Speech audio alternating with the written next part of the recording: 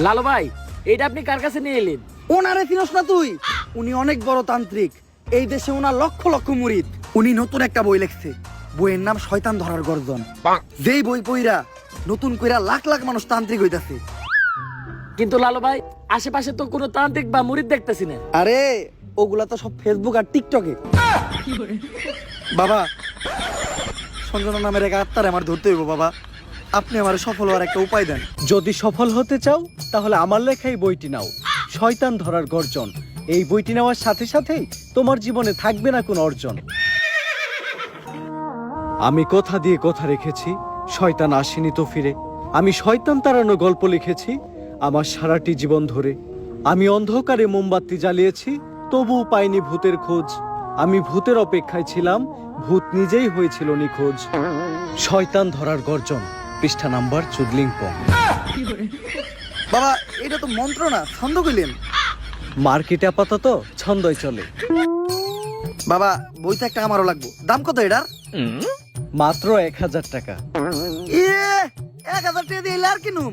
1000 টাকা হাতে নিয়ে ভূতের ডাক দিলে ভূত নিজেই চালতে পড়বো।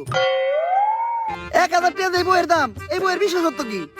এই বইটা আমি আমার নিজ হাতে লিখেছি। দেখি। হাতের এত খারাপ? দেখি বইয়ের প্রথম পৃষ্ঠায় কি লেখা? মানুষকে ভোদাই বানানোর 100টি উপায়। 1000 টাকা দিয়ে 120 টার এই বইটি নেন আর ঠাস কইরা ভোদাই হয়ে যান। এখন সফল হইতে গেলে তো এই বইটা লাগবেই। তো এই বইটা আমি নিয়ে গেলাম। বইয়ের টাকাটা? ওইটা আমি হোয়াটসঅ্যাপে পাঠাই দিব।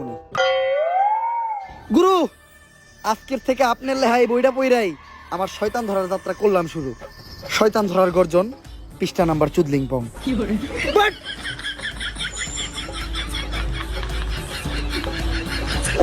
আত্মা ডাকার জন্য প্রথমে ময়দা দিয়া গোল করে একটা দাগ দিতে হইব।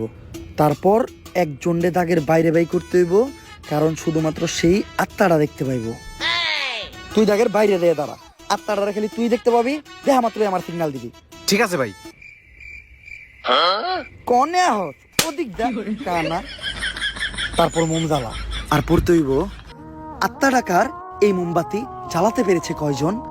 বেশিরভাগই তো চালাতে গিয়ে নিভে ফেলার গর্জন। পারবো না আমি ভালো করেই জানি, তবে দুঃস্বপ্ন আমার একটাই, সঞ্জনা নামের সেই আত্মাকে 5 টাকার মোমবাতি জ্বালিয়ে ডাকতে চাই।